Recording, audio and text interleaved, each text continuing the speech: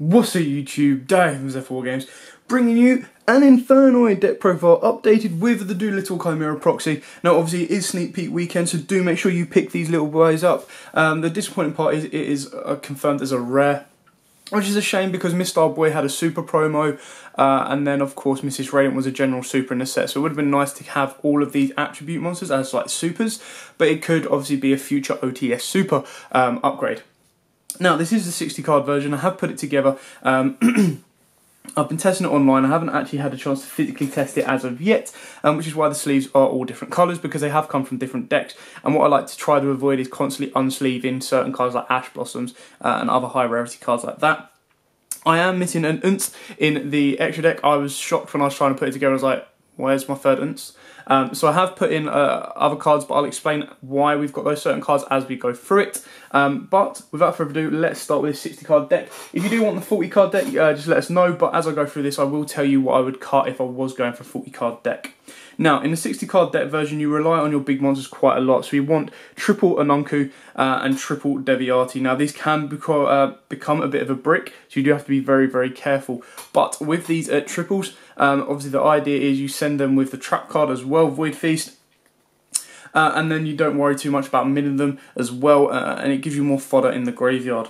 We then play two Scythimus, again incredibly powerful boss monster. These are the ones you want to focus on more, is Scythimus and Attendel. Now ideally you get one of these two out first, then you go into one of the big beaters and kind of deal with the game. Obviously you go with Deviate to nuke with the back row, or you go with Anonku to nuke the entire board and start again.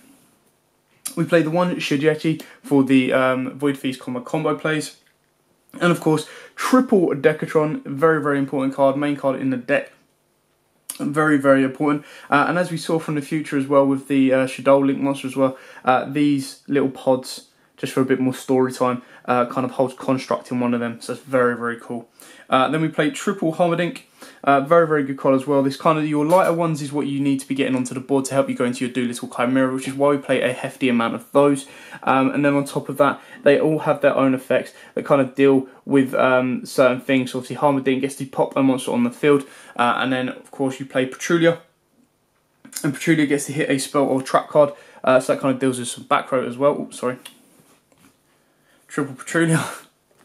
And double Antra. Antra is kind of like a compulse, kind of bounces your opponent's monsters, anything that might be hard to deal with. And the run Primus, you can take Primus out if you want. It's just another easy lower level to kind of get onto the board in order to help extend your plays a bit more. Now you can play Burial from a different dimension as well if you want to keep your consistency going. That is an option for you. But of course what you've got to remember, in the 60 card version you're doing a lot of milling.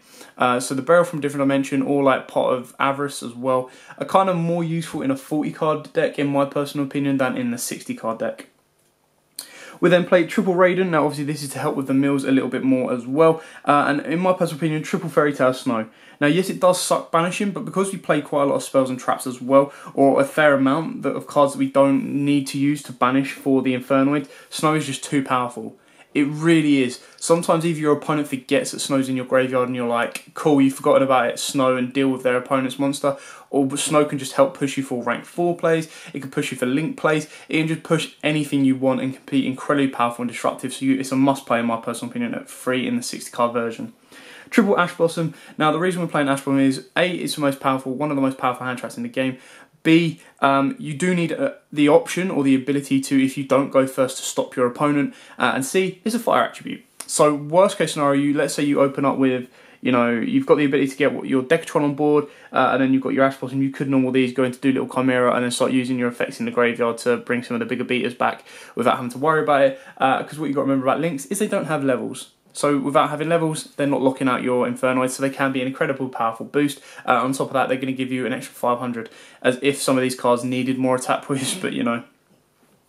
Double Wandering King Wildwind. This is more for the mill and then search off your Decatron the next turn. It is a little bit slow, which is why we only play at 2. You don't have to play at 2. These can be wolves if you want to extend your play that way through the Infernoid engine, but just as 2 is more than enough. It kind of allows you for an additional special summon, or just helps you a little bit more, because you don't rely so much about special summon from the extra deck, in the sense that when you normal summon it, you're like, right, I've got everything I need on board, I'm going to start bringing it back from my graveyard and use the plays that way.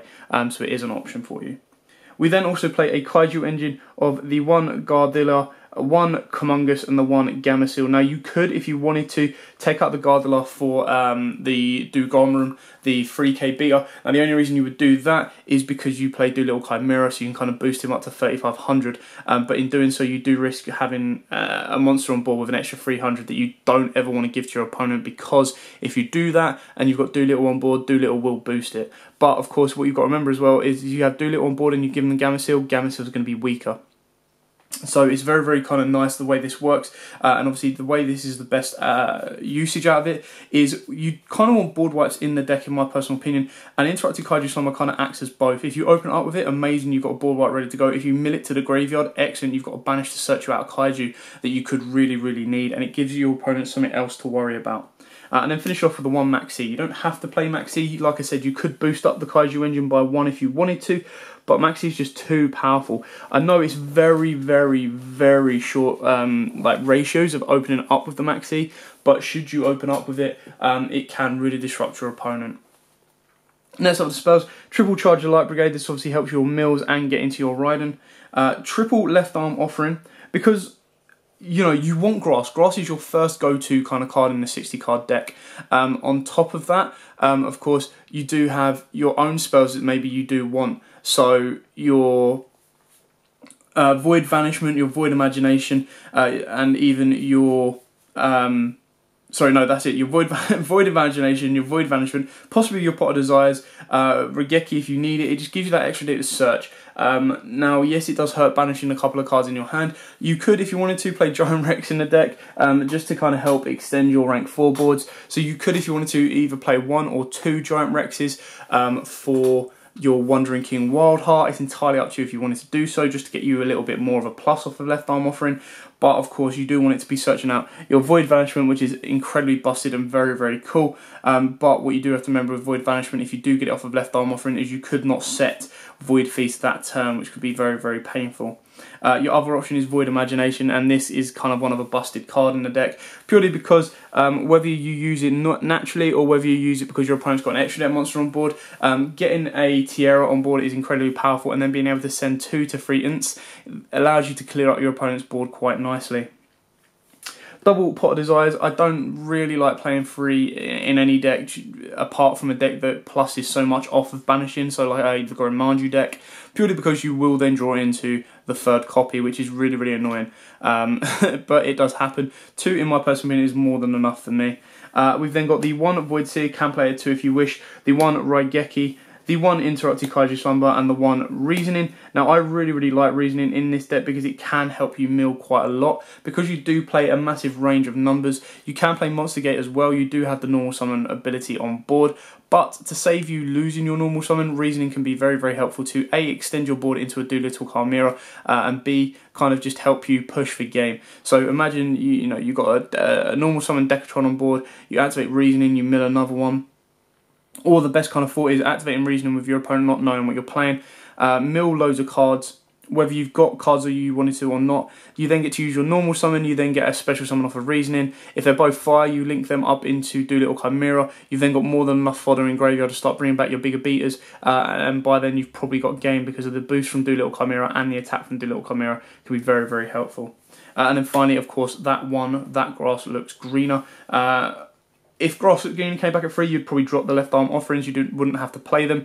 Again, in this 40 card version, if you wanted to cut 20 cards, I would get rid of Left Arm Offerings, I'd probably get rid of the Kaiju engine, I'd get rid of that Grass Looks Greener.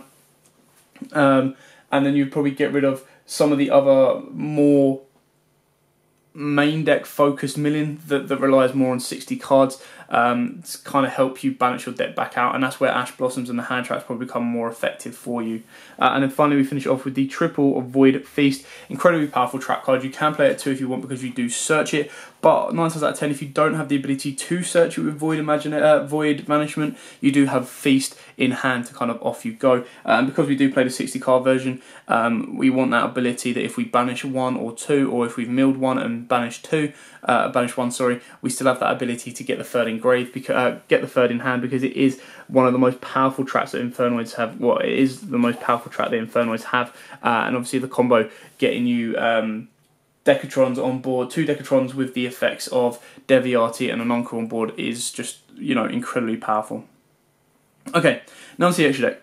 Triple Dual Little Chimera. I think it's incredibly powerful. For you to go, let's say you mill your 20 cards off with grass or whatever, you make one Doolittle Chimera, you then link that up to another Doolittle Chimera, you then get to bring back two Infernoids. So let's say you make Doolittle with Atomdale and Slicemus, then you have enough fodder in the graveyard to bring them back 2 more times. So if you bring it back for another Doolittle Chimera, make that. To be fair, if you have it, you have the ability to bring back 3, I would do that. That's a bit of overkill, but just as an example. But then you get to bring them 2 back. Your Slicemus and your Atomdale get to do 2 attacks. They've been boosted by K each. These 2 are been boosted by K, so these are now 2400 beaters. You've just got absolute madness on board, and you know, triple Doolittle Chimera, because it's a rare, it's cheap and easy. The extra deck isn't that important, so you've got to kind of rock with it and go with it. Now, I've only found 2 ints, which really bugs me. I would definitely say put a 3rd in. You could drop a Doolittle Chimera if you wanted to, or you could drop some of the other cards, but, you know, it's a must-play. Again, second to Infernoid Tiara, especially in the 60-card version, you might have the ability to make this more than once, and it can be very, very powerful, should your opponent kind of stop it, deal with it, or anything like that.